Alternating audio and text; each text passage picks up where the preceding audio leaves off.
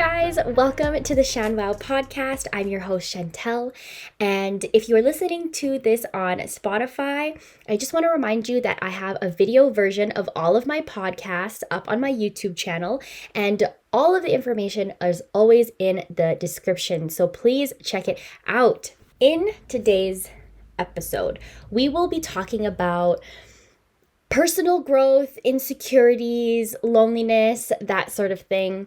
Let me first preface this by saying that I am by no means a professional on this subject. This is just things that I have been doing for myself.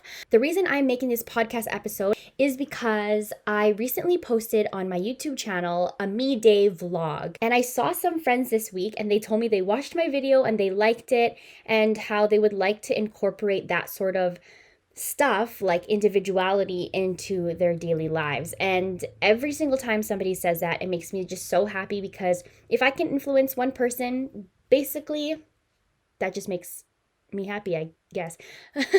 My friends have always been in relationships, so it was really funny because when I was in high school, they were all in relationships and I was always single. And then now we're 25 and a lot of them are single. And now I'm in a long-term relationship and they see me being my own person, having my own life in my relationship. And I credit that a lot to my boyfriend for helping me be a little bit more independent. And so they see me doing that and they're like, how are you doing that while you're in a relationship? And I can't even do that while I'm single. And a lot of them forget how to be alone. They forget what it's like to enjoy their own company and to have their own personal goals. So also with the pandemic, a lot of people lost their jobs, and I can completely relate to that because I'm one of those people. I've gotten a lot of random, inconsistent type of jobs and nothing permanent for a while. So I can completely empathize with people who don't know what to do with the free extra time, because honestly, I didn't know what to do. I was always busy with school, always busy with work.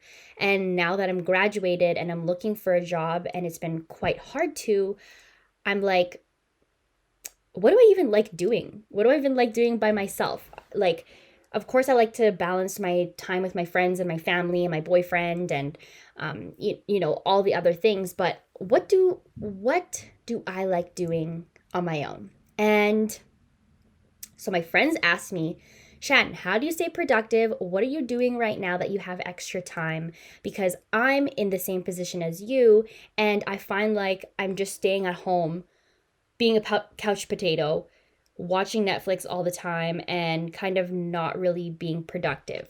And so I just made a list, and I'm just going to share it with you. I'm going to share with you some of my new habits, my new ways of thinking. And it's just a brain dump, just letting you guys know all these things. I'm going to give you guys my opinions and try to give you some sort of backstory with anything on this list.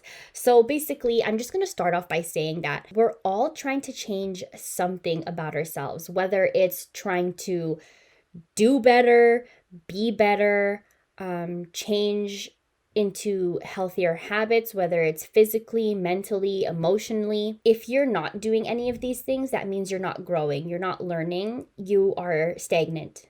And you kind of don't really want to be like that because it puts you in a funk. So one of the first things that I have started to do, especially with a lot of free time, is to kind of reevaluate the fights and arguments and negative tension that I've ever had in the past, whether it's all the way until high school or all the way back to even just last week or today. I've started to think of all those fights that I got into with people, arguments or whatever, and I change my thinking and I think to myself, maybe I was wrong in that.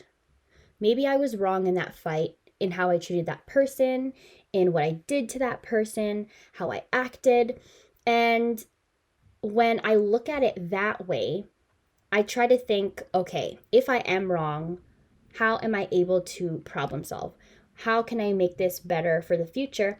And I will give you some examples, okay?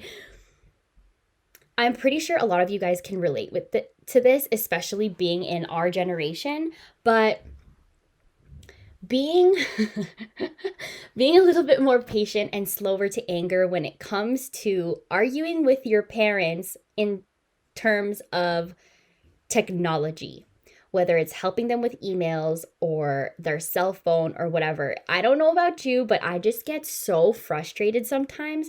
And lately I've been thinking, okay, Shan, be patient, be patient, be patient. You need to take a step back. And that is something that I'm practicing from now on, because if I practice that with my relationship with my parents, it will reflect into other aspects of my life. The next thing, I'm just going to go randomly to like the next point. So the next thing that I have here is reading more and being less on my phone. I mentioned this in my story when I kind of was trying to promote the Me Day vlog on my YouTube. And I have realized that since I've been reading a lot more, I am doing less of the mindlessly scrolling on your cell phone, whether it's like staying in your bed for like 2 extra hours longer than you should be, or staying up at night scrolling more than you should be.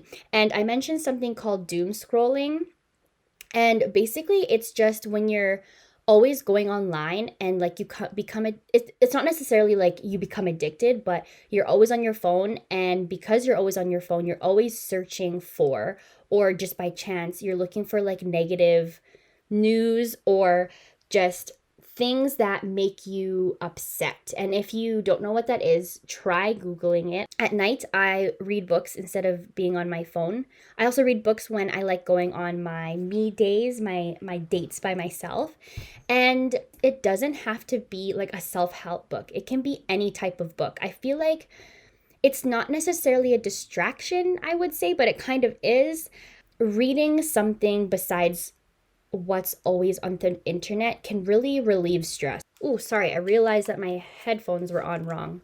The next thing I've been doing is starting random hobbies. I always tell myself that I want to get into something. Literally, when I was in school, it was all work, school, gym. That's all I did when I was in university. So now that I have a little bit more extra time and I'm not worried about assignments and stuff, I have started to do random hobbies.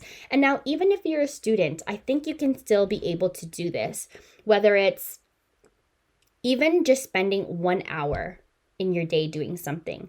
I know a lot of people struggle with procrastination, and the procrastination a lot of the time is because you are distracted on your cell phone. So if you switch something, like let's just say even once a week, okay, instead of spending an hour on my phone when I am studying, when you notice you're being distracted, then I think you could be like, okay, I am going to step away from my homework because I'm not being productive, and I'm going to go outside for a walk, or I'm going to go draw something. And I gave ideas before on like what hobbies you can take up, especially if you're tight on money. So especially right now, because it's summertime, go plant something or go to the store and buy seeds and soil so you can have it for the next time you're available to plant something. Start, what is those calling? Like crochets and knitting. That's a hobby. You can start ahead of time. You know how like they say like your first couple projects are quite bad, and then you start getting used to it. If you start sewing right now, you definitely can use those for Christmas gifts when Christmas comes around. So finding random hobbies, and sometimes you don't have to continue that hobby for a long period of time. Like for example, I mentioned how I like painting these days. I'm horrible at painting. I suck at it, but I'm just going to do it. And sometimes I just pick it up randomly. Like once I'm feeling like I want to paint something, I paint something, and I don't paint for like months on end, and then I go back to it. Just start random hobbies. This one is obvious with personal growth, and it is exercise. What more do you want me to say? Exercise is good for your health. It relieves stress. It teaches you discipline. And a lot of people say especially with like emotions or whatever, like you should always show and be free with your emotions and how you feel and whatever. I'm telling you, sometimes controlling your emotions, sometimes having rules for yourself, or sometimes disciplining yourself is actually better for you. It actually is. Those of you who are disciplined, you know what I'm talking about. And you'll never know what we are experiencing until you do it. Another thing for personal growth is journaling. Okay, this is so funny. Before I continue saying this, all of these things that I started doing in my 20s, it's just so funny because I used to hate doing this as a kid. I don't know about you, but in school, they used to make us read, for like, what is it called? Book club or whatever, or assignments.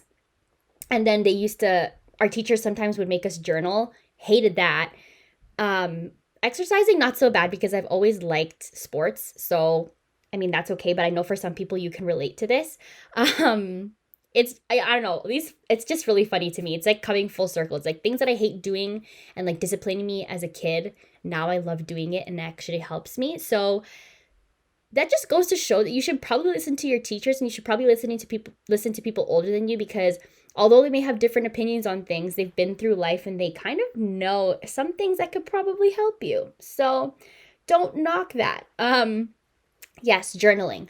I have a dear friend of mine who recently asked how I journal and why I journal. I started to think of my brain and my mind as my stomach.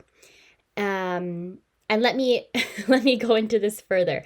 If you think about it, everybody goes through stresses and everybody goes through problems on a day-to-day basis, and it starts to build up, right? And physically with your body, it's like if you start at the bottom and all of your issues and anger and, normal human feelings, even if it's good feelings, if they start to build up and build up and build up, your head is at the top of your body. And if you don't let any of that go, you will explode. The reason why I say that that I started to think of my head and my mind and my brain as my stomach is because, and how I relate it to journaling, is because if I don't let anything out, then I can't let anything in. Because just as your stomach, in order to eat more good food or just food in general, you need to let out the crappy things, or you need to just let out poop, right? And poop, not necessarily in a negative way, because sometimes your body does get rid of good things because your body has enough nutrition. If you don't know what I'm talking about, sometimes your body has consumed enough, like let's say fiber, it has extra fiber, it's just going to let it out. And fiber is good for you, right? But if you have too much of it, it'll just let it out. So that's how I started thinking of journaling. It's just a human thing as well. Sometimes there's people who can't receive or absorb as much information. So in order to absorb more information, I think you need to let things go. And like I said, even if it's good things. So when my friend was asking me, how do I journal? I told her my first couple journals when I started to get back into journaling, which was probably when I was in university. So I would say like 5 years ago. The first thing that I put on my journal was just things like mundane things like, dear journal. So this is my first time journaling. I don't really know what to say, so I'm just going to tell you about my day. And I talked about in that journal, like, I need to get better at the habit of putting water into my humidifier and turning it on every night. And this is something that I'm still dealing with to this day. It's so funny, but yeah, just something small like that. Or let's say something good happened to you that day and you want to just let it out, even if you don't have somebody to talk to, which most single people have told me that they don't have that partner anymore that they can share all these great things with. How about you share it with yourself? Share it with your present self onto the paper from your daily journal, but share it with the future self. Journaling has also helped me in relation to the topic with my insecurities. I actually write them out, things that I'm not confident about myself, whether it's physically, my personality, issues with my family, issues with friendships, or romantically or with my sister. The reason why I put down these things is because sometimes the insecurities that you have, you kind of know them, but you always kind of like distract yourself away from them in your own mind. And I found that when you actually physically write things down, it helps a little bit more with you being better at handling it, or reminding yourself, because you see it out in front of you, that this is something you probably need to work on. As much as it sucks and sometimes you don't want to admit your insecurities, it's actually a really good thing to let it out. And I just encourage you to try and just practice it. So yeah, another thing that's great about journaling is I like to look back at what and how I was before. It's really crazy to see how much you've grown. Justin Bieber has a song where he says life is worth living. And, you know, in today's society with a lot of mental health issues and depression and suicide, I'm going to be honest, talk about it, that sometimes when you're in a moment and you're in a funk, it's like you feel like it's never going to get better. But seeing how I journaled when I was having a really hard time, and then seeing when I come out of it, and then again, it's kind of like a cycle where like you have a really hard time and you get out of it. Life is full of problems and it never ends. Let me just tell you that it's actually crazy to see through journals how far you've come and where life can take you. Because I remember when I was in high school and like everybody was in relationships and like everybody was doing something they liked in terms of they had a goal for a career, and I didn't have any of those things, and I felt really insecure about them, and I wrote those things down. And then now it's kind of like I'm in such a great relationship, you know. I finished my degree. I lived abroad. I never would have thought that I would have studied abroad. I lived away from home and I was a reporter in a small town. Never thought that would have happened. And then just thinking of all the other possibilities that can happen in terms of a career or in terms of like personal life, it's just crazy. So I hope you don't give up. And so when you actually write things down, you kind of like hold yourself accountable, whether it's random tasks that you should be doing or telling yourself that you should get better at, or if it's honestly like changing something about your personality or changing something about how you act. And so yeah, journaling. Consider it. The next thing I have on this list is, this one has always been such a hard one for me. Recognizing your bad habits and thinking of ways that you can start off slow with trying to fix it. When people say like, oh, you know, you should love yourself and you're perfect the way you are, I agree with that to an extent. So I think loving yourself, and I've mentioned this before, I think, in a podcast, is also this: recognizing your bad habits and admitting you're wrong and just trying to fix it. And sometimes people think like, why the heck? Why do I have to like fix my bad habits? Like, who cares? Like, whatever. If you to yourself think it's a bad habit, that means that it actually brings you some sort of stress or some sort of negativity in your life in some sort of way. So why wouldn't you want to fix it? I will give you one example of a bad habit that I started with, and it seems really small, but like I said, things start off small. One of my biggest things, and I actually talked about it with my best friend, her and I really love like just drinking juice and pop. Like that was always our choice of beverage whenever we'd go out, whenever we at parties, whatever, anything. People always said drinking water is better for you, and I kind of was just like, whatever, you know, like older people just trying to tell me what to do. But drinking water is so good for you guys. Oh my gosh. How I started to kick that bad habit was, so for example, if I was at the store one day, I would reach for that pop, that iced tea, that Pepsi, that Coke, or whatever. I would hold the door handle and I would say, you know what? Today I'm going to just get water instead. That's how it started. Even if it means saying to yourself, listen, today you had apple juice in the morning and then you had an iced tea for lunch. For dinner, you should have water. That's literally what it is. One bad habit that is also something I'm trying to stop is road rage. Do you have road rage? Because I do. Most people that I know do have road rage, and it's kind of funny. When I was in Korea, I noticed that like if people would do random vehicle maneuvers and it was bad, I'd be like, what the heck? Like this taxi driver should be honking at him. And then they were just so chill. And then one day I was like, you know what? It seems like these drivers are less stressed. And it's maybe one of the reasons why is because they don't give a crap about other people's horrible driving. And as much as we have really bad drivers in my province, I've just started to be like, if somebody cuts me off, okay, whatever. If somebody almost hit me, thank God they didn't hit me, right? So that's another thing. Choosing to spend time alone. That is just a conscious decision. And I know it's going to be a big leap for a lot of you guys, but I just encourage you to just make the first step and just do it. Maybe one day in the next 2 months if you're uncomfortable with doing it. If people would ask me what I'm doing in order to make plans with myself, whether it was my family or my friends, I would wait for my boyfriend and wait to see if he had plans first. And if he didn't, or if he wanted to do something that included me, I would bail on those plans, even though they asked me first. Or I literally just wouldn't make plans with anybody because I'm just waiting to see if we're going to do something that day, which is so bad. So consciously deciding to choose to do things by yourself.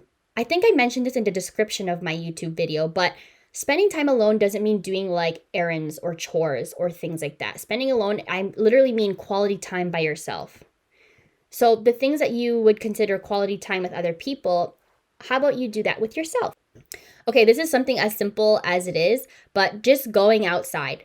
Regardless of the weather, I know in Canada that it can be so freezing sometimes and it can be rainy and our weather is all over the place, but because it's summertime, it's a little bit better. It's a little bit easier to go outside, even if that means driving to a Tim Hortons and getting yourself a hot chocolate. I'm hoping you guys have this habit already, but if you need that reminder, just go outside. So when I mentioned spending time alone, you might be asking, how do you even be comfortable being alone? You're never going to know unless you just try doing it. Just do it. I don't know, go for a drive by yourself. Go to the park by yourself one day and bring a book. If you need more ideas for what you can do alone, Google it. But for the most part, it's pretty simple things. Go for a bike ride by yourself. Go shopping by yourself. Go get a green smoothie or a Slurpee at the corner store by yourself. One of the major things that I have noticed helps me with my personal growth is related to the journaling, but honestly, just writing things down. Whether it's writing things down on a monthly calendar like I do that I have on my wall that, like I said, I'm doing really bad at. Having a little, honestly, I just have a little notebook and I just write things down that I need to do. Or I will honestly write it myself and be like, okay, Sunday, Monday, Tuesday, Wednesday, what am I doing? And what things that I need to do during the day. You don't necessarily have to put this in your journal, but sometimes I think it's very beneficial if you actually write down like life plans, like where you see yourself going, life options, career options, destination in terms of vacation or even moving options. Write it down. And I know people say like, oh, this just sounds like you're planning a lot. A lot of the time I do these things, but I don't plan that I'm doing it. But I do try to incorporate it either every day or weekly. So write things down. Just write things down. A huge blessing during the pandemic is the free time that I get to have quality conversations with my friends and family. And it takes you to make the effort, because I used to be that person where I just never would make plans with anybody. And I mentioned this earlier. I've started to be a little bit better with being the person, like be proactive and be the person to ask people to hang out or just to text them and see how they're doing. Even if you suck at keeping a conversation going, at least you just message that person to show them that you care. But I think it's really interesting that a lot of my friends don't have specific conversations with their parents. I think people are scared to. My dad is one of my best friends, and I've had such amazing conversations with him about a lot of subjects that I really wanted to know his opinion on. Really controversial things that I think that he could judge me for, or things that I think he needs to be called out for. A lot of like things related to like racism or the current events that have been happening all over the world throughout the pandemic, toxic Filipino culture, mental health, just talking to him and getting his opinion. And it's crazy to see how much that we actually have the same opinion about a lot of things. And it just reminds me that like I come from good people. Like my dad is an awesome person. And I think you guys should just make that leap and have that conversation with your parents, even if it makes you feel really uncomfortable. I remember the first time I did it, I felt so weird, like in the moment asking a question. One of the first questions I had with him was about this. When I said, Dad, I know there's some people who are obsessed with always checking their boyfriend's phones or checking who likes their pictures or who doesn't let their significant other have friends of the opposite sex. And I ask him these questions. I honestly do. And we have great conversations about this. And it's been a thing where nowadays, like if we haven't had a talk for like a week, my dad's like, okay, what is our next topic of conversation today? And he'll just bring that up and I will think of something that bothers me or something in the world that is like going on that's really bad, or even things that I'm having problems with my friends, sometimes even with my boyfriend and even with my sister. And we have really great quality conversations. I sometimes do it with my mom as well when I'm driving her home from work. I ask her opinion on current events. That has really helped with my personal growth because I don't know, I really like being an adult at the same time as my parents, and I'm not afraid to ask them questions, even if it deals with things like sexuality that I know a lot of people can't have those conversations with their parents. So just try it. And if it makes you uncomfortable, makes them uncomfortable, I think you learn from that and it's okay. But just start the conversation with, hey, I really want to ask you something that I'm kind of uncomfortable talking about, but I really want to talk to you about it. And I'm hoping you can be understanding and hopefully you can have that good relationship with your parents. You never know until you try. Am I right? So there's these series of questions that I started to ask myself recently. And some of them I actually have written down.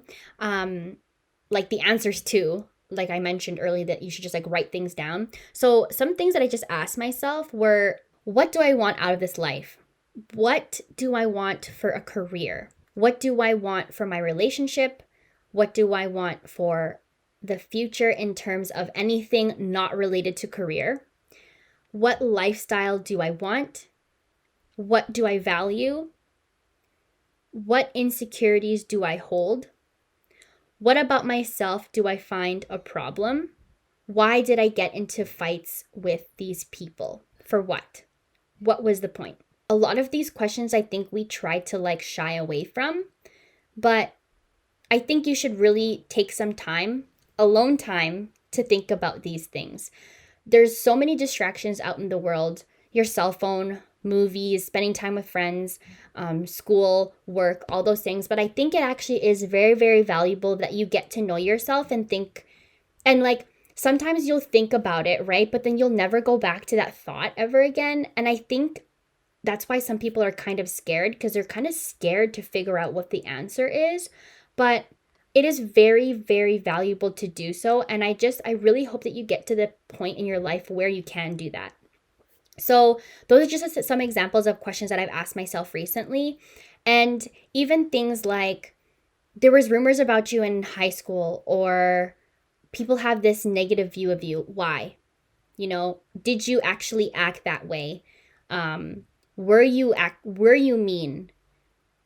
Were you unkind in those situations?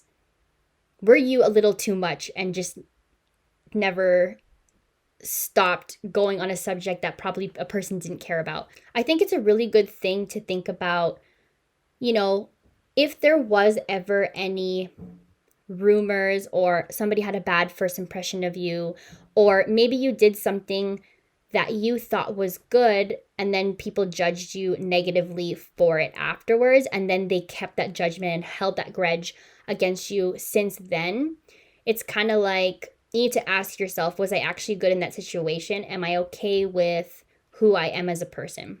It's sometimes a really hard pill to swallow, and we don't like to believe that we are wrong. And sometimes you need to think, did I do that in my life because I had good intentions, or was I just trying to be right? We are so influenced by everything that happens around us, whether it's social media, like most people like to put the blame on. But honestly, social media and all that stuff is made out of people. It's made out of human beings. And so the people around you and the people that support you and the people that you are associated with is definitely a reflection of who you are. Because if you continue to keep people around you who are not kind, or they just don't fit with what you value, that means that you don't have the guts to let go of something that is toxic. One of the things that is hard to believe, that it's like the people that we love who hurt us the most in terms of making you feel like you are not enough. You are not smart enough. You are not pretty enough. You are not strong enough. You are not man enough. You are not ambitious enough.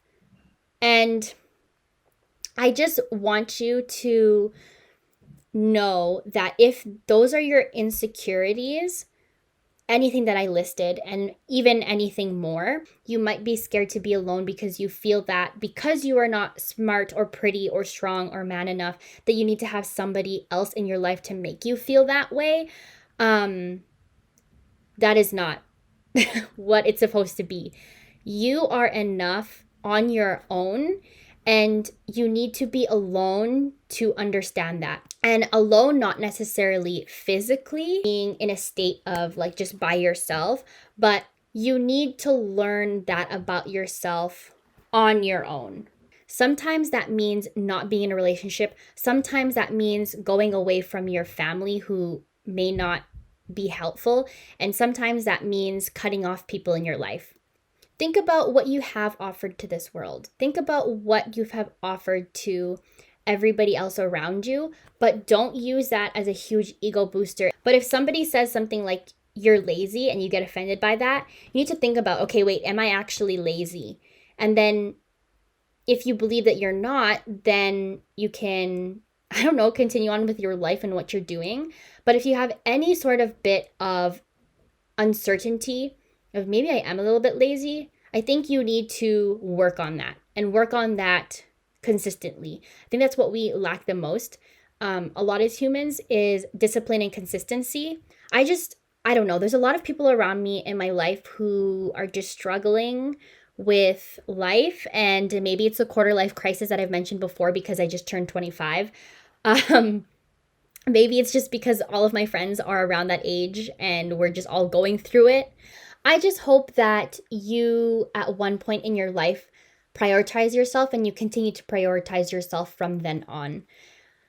So that is what I have to say. I will end this podcast by saying something that I've always said since I was younger and something that I've tried to do every day. But let's be honest, we're humans and sometimes we treat other people really badly and we don't mean it. Hopefully that you can do everything in your life with good intention and with love.